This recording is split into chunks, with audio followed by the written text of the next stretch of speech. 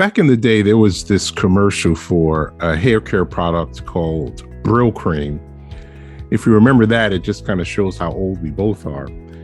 The slogan for this product was, "A little dab will do ya."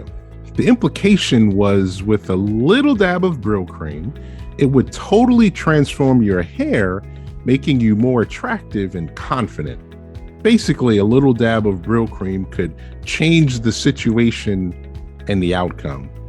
Now, whether or not that was true with Brylcreem, it's definitely true of faith. I was recently reading Matthew 17, and there was an incident there that kind of stuck out to me.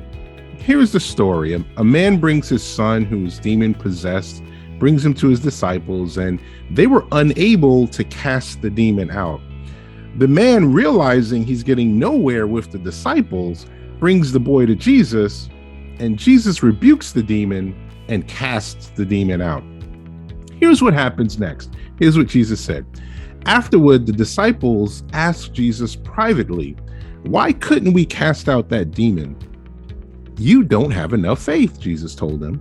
"I tell you the truth. If you had faith even as small as a mustard seed, you could say to this mountain, 'Move from here to there,' and it would move. Nothing would be impossible." It's Matthew 17, 19, and 20.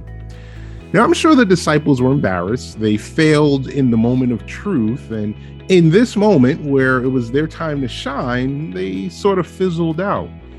What was shocking to me is the reason why Jesus said they failed. They didn't have enough faith.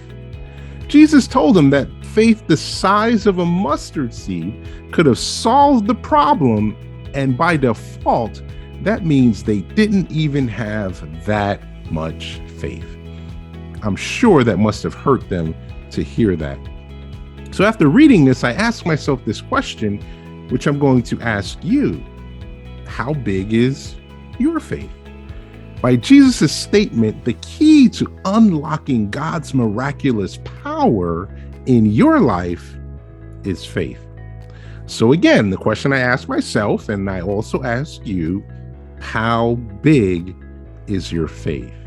Now, I don't ask this to chastise you or even to make you feel bad. I ask you this because of the huge role that faith plays in your life and your walk with Jesus. It's so big, you can't afford to miss this. And so here is why this is really, really important. Look at the end of the verse. Nothing would be impossible. What Jesus is saying is that if you can get to the place of believing God, even if your faith is really small, then nothing is impossible. So here's what I want to encourage you with today. Begin to ask God for little faith. The change you're looking for in your situation, it may not require big faith, but it does require some faith, because it won't change with no faith. You see, if all you have is just a little bit of faith, then that is enough. And with that little bit, nothing will be impossible. So I encourage you today, go to God in prayer with your little faith and watch what He will do. After all, a little dab will do you, especially when God is in it.